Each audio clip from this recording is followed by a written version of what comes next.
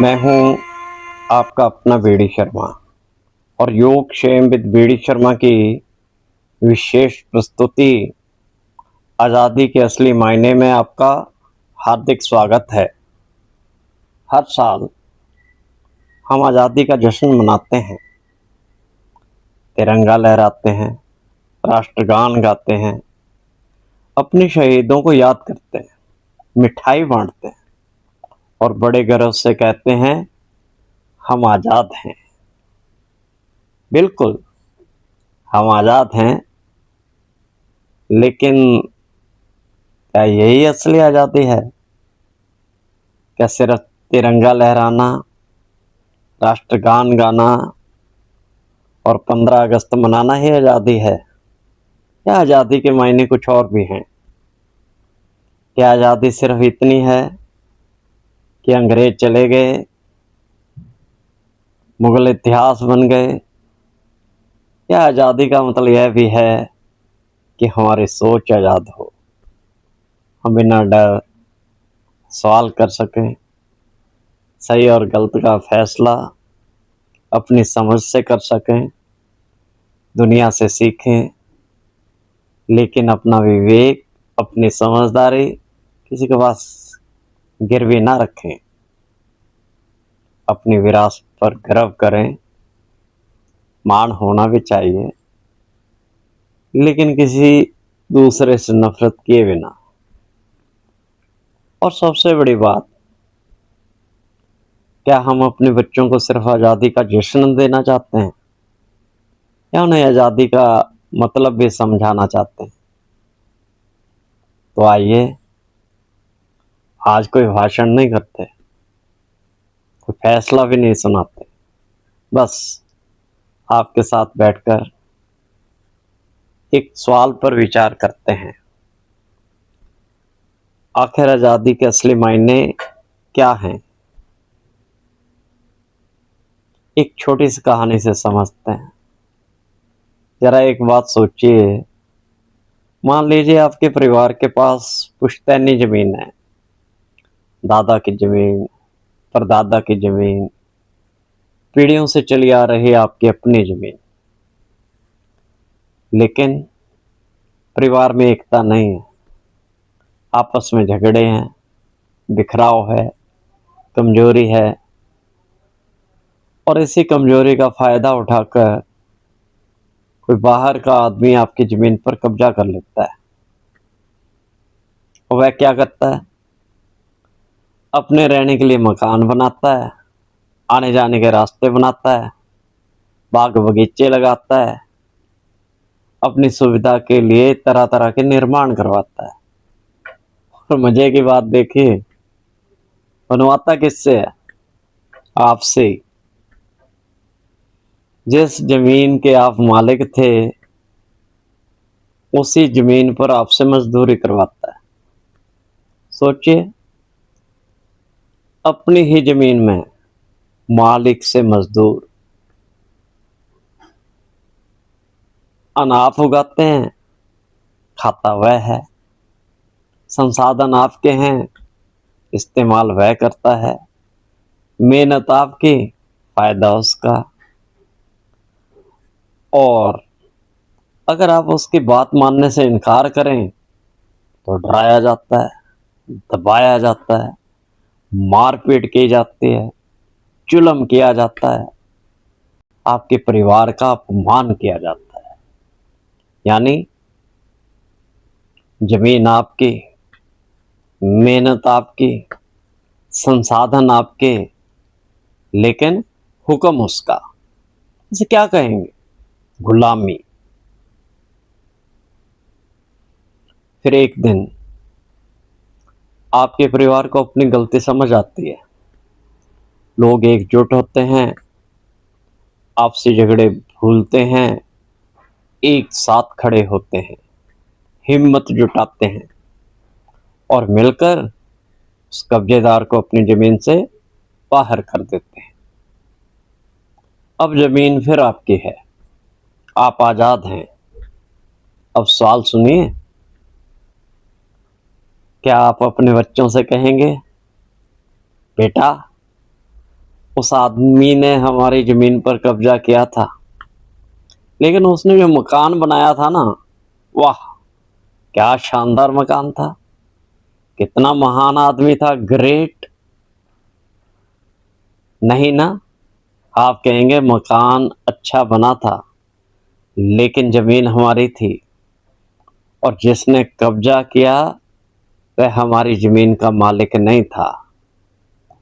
बस इतिहास को समझने में यही फर्क सबसे जरूरी है। इमारत और महानता क्यों? किसी शासक ने महल बनाया, किसी ने किला बनाया, किसी ने बड़ी बड़ी इमारतें बनवाई। उनकी स्थापत्य कला अच्छी हो सकती है, इमारत सुंदर हो सकती है, किला शानदार हो सकता है, महल भव्य हो सकता है। उसे देखिए, उसका इतिहास पढ़िए, उसकी कला समझिए, सुरक्षित भी रखिए। लेकिन इमारत की खूबसूरती उसके मालिक की महानता का प्रमाण नहीं। इतिहास में किसी का होना एक और बात है, और उसका हमारे लिए महान या आदर्श होना ये दूसरी बात है। जिसने हम पर शासन किया, जिसने हमारी कमजोरियों का फायदा उठाया, जिसके शासन में हमारे लोगों ने कष्ट झेले, क्या सिर्फ इसलिए कि उसने अपने लिए शानदार महल या किला बनवा दिया? ओ भाई, वो शानदार महल हमारे रहने के लिए नहीं बनाए थे। वो किले अपनी सुरक्षा के लिए बनाए थे, अपनी हिफाजत का इंतजाम किया था। हम उसे महान मान लें? नहीं। इतिहास मिटाना नहीं है, इतिहास छिपाना भी नहीं है, इतिहास को पूरा पढ़ना है। लेकिन इतिहास का सम्मान और आक्रांता का महिमा मंडन एक बात नहीं है। अब जरा दिल्ली की सड़कों पर चलते हैं। Akbar road, Humayun road, Shahjahan road, Tughlaq road, Sher Shah road. अरे यार, कभी कभी मन कहता है भाई साहब, दिल्ली में ही है ना, कहीं ऐसा तो नहीं बिना वीजा के पाकिस्तान पहुंच गए। अरे यार, हंसी मजाक अपनी जगह है, लेकिन बात गंभीर है। सड़क सिर्फ आने जाने का रास्ता नहीं होती, सड़क का नाम भी लोग रोज बोलते हैं।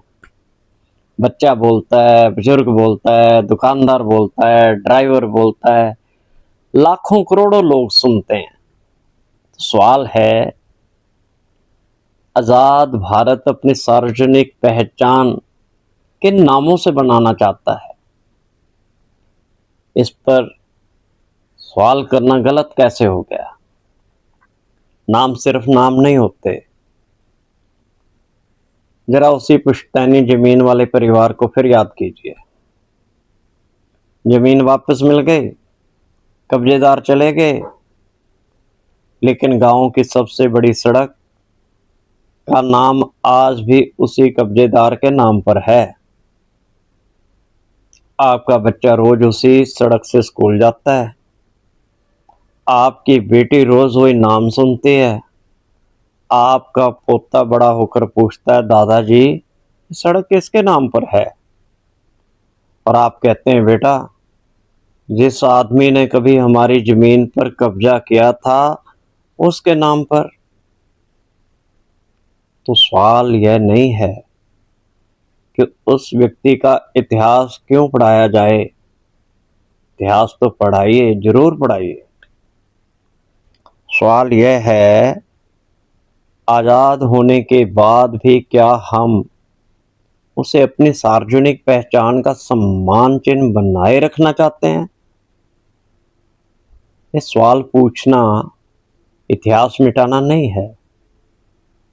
और अब चीन से भी एक छोटी सी बात सीख लें। अब कोई कहेगा गुरुवर चीन से भी सीखेंगे? अरे भाई, सीखने में क्या पासपोर्ट लगता है? हमने तो सुना था हिंदी चीनी भाई भाई, भाईचारा अपनी जगह, लेकिन भाई की कोई अच्छी बात हो तो उससे सीखने में बुराई क्या है? हम चीन नहीं बनना चाहते, हम भारत हैं, भारत ही रहेंगे। लेकिन दुनिया में क्या हुआ ये जानना तो चाहिए। चीन के तियानजिन में औपनिवेशिक दौर की विक्टोरिया रोड का नाम 1949 में जी फैंग रोड किया गया और शंघाई में बबलिंग वेल रोड का नाम 1945 में नैनजिंग रोड वेस्ट किया गया। लेकिन ध्यान दीजिए, पुरानी ऐतिहासिक इमारतें खत्म नहीं हो गई, विरासत खत्म नहीं हो गई, इतिहास भी मिटा नहीं। यानी इतिहास बचा रहा, लेकिन सार्वजनिक पहचान बदली। अब क्या हमें चीन की नकल करनी चाहिए? नहीं, भारत को अपने फैसले खुद करने हैं। लेकिन क्या हम चीन के सोच से भी नहीं सीख सकते कि आजाद देश अपनी सार्वजनिक पहचान के बारे में सोच सकता है? सवाल पूछने में हमें डर क्यों लगे? आखिर विचार अच्छा हो तो उसकी जाति, देश और भाषा नहीं पूछी जाती, क्योंकि असली सवाल चीन नहीं है, असली सवाल हम हैं। हम गुलाम क्यों हुए? क्या सिर्फ इसलिए कि बाहर वाले बहुत ताकतवर थे? नहीं, हमारी अपनी कमजोरियां भी थीं। हम बटे हुए थे, आपस में लड़ते थे, एकता कमजोर थी, स्वार्थ थे। और जब घर कमजोर होता है तो बाहर वाला रास्ता ढूंढ ही लेता है। इसलिए इतिहास को सिर्फ यह बताने के लिए मत पढ़िए हमारे पूर्वज कितने महान थे, यह भी पढ़िए हमसे गलती कहाँ हुई। क्योंकि जो राष्ट्र अपनी गलती से सीखता है वही अपना भविष्य सुरक्षित करता है। मानसिक गुलामी की सबसे खतरनाक बात, मानसिक गुलामी का एक रूप बहुत खतरनाक है। जब अपनी चीज हमें छोटी लगने लगे सिर्फ इसलिए कि वह अपनी है, अपनी भाषा बोलने में शर्म, अपनी परंपरा पर संदेह, अपनी सभ्यता को देखकर कहना अरे यह तो बहुत पुराना है, और बाहर की चीज देखकर वाह विदेशी है, जरूर अच्छी होगी। तो जरा रुकिए, अंग्रेज तो चले गए साहब, साहबियत का चश्मा किसने संभाल कर रख लिया? लेकिन इसका मतलब यह बिल्कुल नहीं कि दुनिया से सीखना बंद कर दो। नहीं, भारत की अपनी परंपरा कहती है, हमारे महर्षियों का उद्घोष है, आनुभद्रा कृत्व यंतु विश्वता, चारों दिशाओं से अच्छे विचार हमारे पास आए। क्या सुंदर सोच है। दुनिया से सीखिए, विज्ञान सीखिए, तकनीक सीखिए, अच्छी व्यवस्था सीखिए, लेकिन फैसला अपनी बुद्धि से कीजिए। हमारे एक कहावत है, सुनो सबकी, करो अपने मन की, सीखिए सबकी, सोचिए अपनी। और जब दुनिया भारत आए तो उसे सिर्फ पुराने किले, महल ही मत दिखाइए, हमारे मंदिर दिखाइए, हमारी स्थापत्य कला दिखाइए, हमारे हजारों वर्षों की सभ्यता दिखाइए, लेकिन उसे आज का भारत भी दिखाइए।